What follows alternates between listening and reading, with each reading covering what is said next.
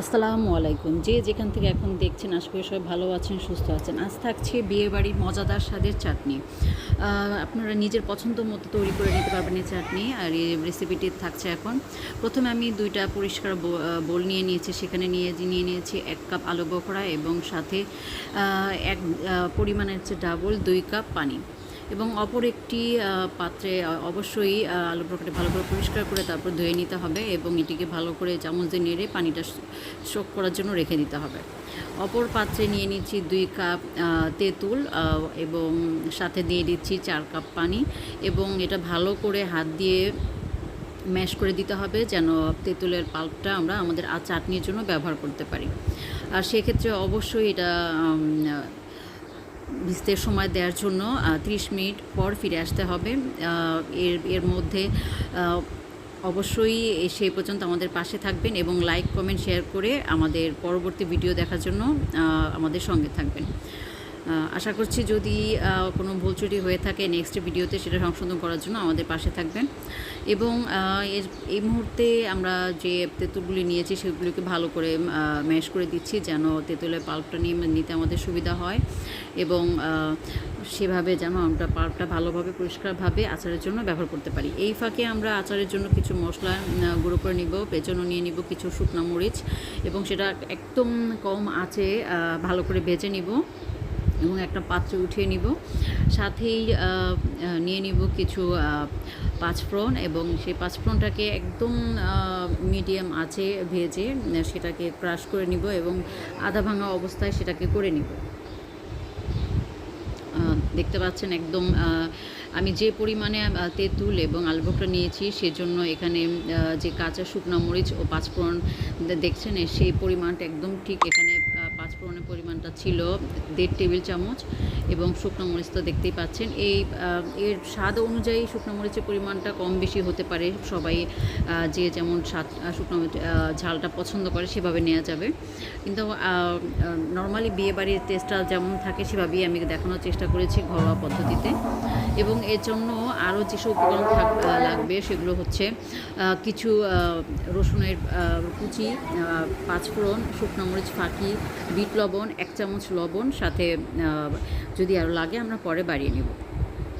এবং একটা পরিষ্কার পাত্র নিয়ে নিয়েছি এবং সে পাত্রে দিয়ে দিব আমরা ১ কাপ সরিষার তেল, অবশ্যই খাঁটি সরিষার তেল।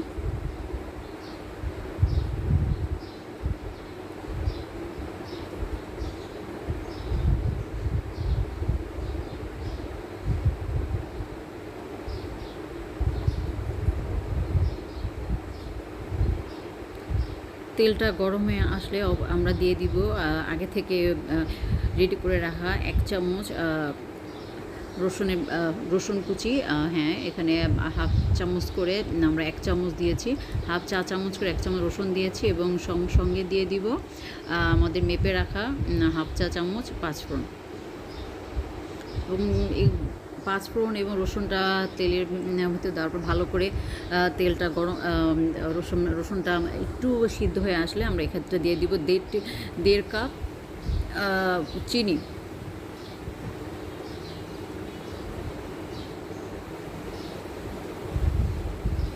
আমরা যে ভিজিয়ে রেখেছিলাম তেঁতুল এবং আলু বখরা, সেটার যে পাল্পটা থাকবে পানিটা সেটা আমরা ছেঁকে নিয়েছি এবং সে পানিটাই এখন আমরা ব্যবহার করব আমাদের চাটনির জন্য। আমরা এছাড়া বাড়তি কোনো পানি ব্যবহার করব না। যে পানিটা আমরা রেখেছিলাম সেটাই আমরা দিয়ে, এই মুহূর্তে আমাদের চুলাটা বন্ধ ছিল, আমরা পাল্পটা দিয়ে ভালো করে নাড়াচাড়া দিয়ে তারপর চুলাটা আবার আগের মতো মিডিয়াম আঁচে অফ করব। অনেকেই আমাকে বলে থাকে, আপু আচারের কালারটা কেন রান্নার সময় এক থাকে পরবর্তীতে অন্যরকম হয়ে যায়, কালচে হয়ে যায়। আসলে আচারের রান্নার সময় শুরু থেকে শেষ পর্যন্ত আমরা যে চুলাটাই ব্যবহার করি না কেন তাপমাত্রাটা একদম সেম রাখতে হবে, সেক্ষেত্রে খেয়াল রাখতে হবে। আর এই মুহূর্তে আমরা দিয়ে দিচ্ছি আমরা ভিজিয়ে রাখা সেই তেঁতুল।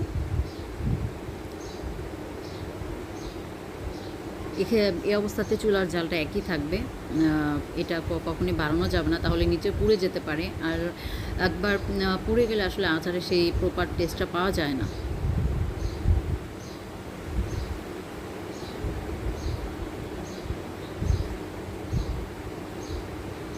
যেহেতু আমি আমার এই ভিডিওগুলো একদমই নতুন অবস্থায়, যদি কোনো ভুল ত্রুটি থেকে থাকে আশা করি সবাই ক্ষমা সুন্দর দৃষ্টিতে দেখবেন এবং ধৈর্য সহকারে শেষ পর্যন্ত আমাদের সাথেই থাকবেন। আর ভিডিওটি ভালো লাগলে অবশ্যই লাইক কমেন্ট শেয়ার করে পাশে থাকবেন। আর নেক্সটে আরও নতুন নতুন কিছু রেসিপি পাওয়ার জন্য আমাদের সাথেই থাকবেন। আর এবং সঙ্গে তেঁতুলের পাল্পটা আমরা দিয়ে দিচ্ছি এবং আলু বোখরা যে ভিজিয়ে রেখেছিলাম সেগুলো দিয়ে দিচ্ছি।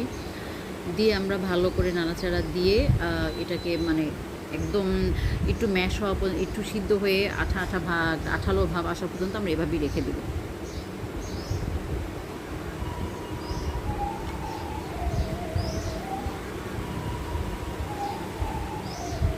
আর এই মুহূর্তে আমরা যে মেপে পরিমাপ করে রেখেছিলাম বিট লবণ, তারপরে যে লবণ, শুকনো এগুলো দিয়ে দিব এবং সাথে আমাদের যে শুকনো মরিচ এবং ফাঁকিগুলো রেখেছিলাম সেগুলি একটু কিছুক্ষণ পরে দিব। এই বিট লবণ এগুলি একটু হালকা একটু গলে যাওয়ার পরে আমরা এই পরবর্তীতে সেই পরের ধাপগুলি পরে দেব।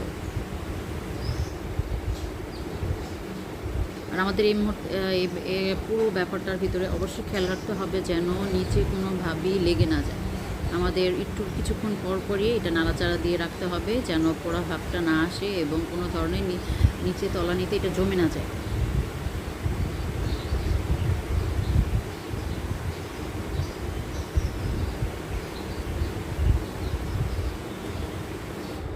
পুরো আচারটা যখন একটা গ্রেভি ভাব চলে আসবে তখন এই আচারের ভিতরে আমাদের আগে থেকে রেডি করে রাখা শুকনো মরিচের ফাঁকি এবং আমাদের যে পাঁচফোড়নের ফাঁকি সেগুলি আমরা দিয়ে দিব এবং অবশ্যই দেওয়ার আগে ভালো করে নাড়াচাড়া দিয়ে দেখব ভিতরটা সব আমাদের যে তেঁতুল আলু বোখরা সব কিছু ভালোভাবে একটা আঠালো ভাব চলে এসেছে কিনা বা ভিতর থেকে সিদ্ধ হয়েছে কিনা।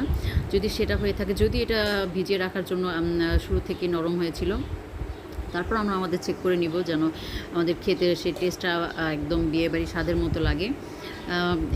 এখন আমরা মরিচটা অবশ্যই আমি আগেও বলেছি এখনও বলছি, এটা যার যা স্বাদ অনুযায়ী শুকনো মরিচের ফাঁকিটা দেওয়া যাবে। একটু ঝাল পছন্দ করলে, আসলে আচারটা একটু টক ঝাল মিষ্টি না হলে ভালোই লাগে না। বিশেষ করে আমার সব কাস্টমাররাই চায় একটু টক ঝাল মিষ্টি, তাই আমার প্রতিটা ডেলিভারি দেওয়া আচারেরটা আমি এভাবেই করে থাকি।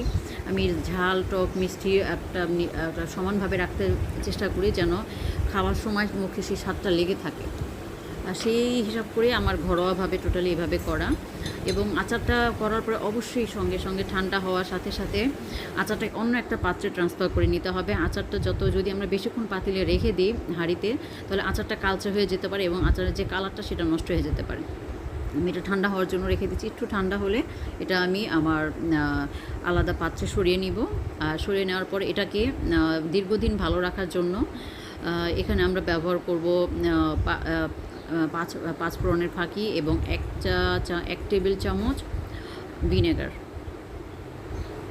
সরি, সেটা হয়তো কোনোভাবে মিস্টেক হয়ে হয়তো ভিডিওতে সেটা কাটা পড়ে গিয়েছে, কিন্তু ভিডিওটা বেশি দিন ভালো রাখার জন্য আমাদের এক্ষেত্রে অবশ্যই 1 চামচ ভিনেগার ব্যবহার করতে হবে, 1 টেবিল চামচ।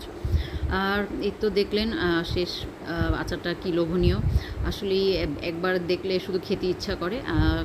আর অবশ্যই বলবো এই ধৈর্য সহকারে ভিডিওটি দেখার জন্য ধন্যবাদ। পাশে থাকবেন, ভালো থাকবেন, আল্লাহ হাফেজ।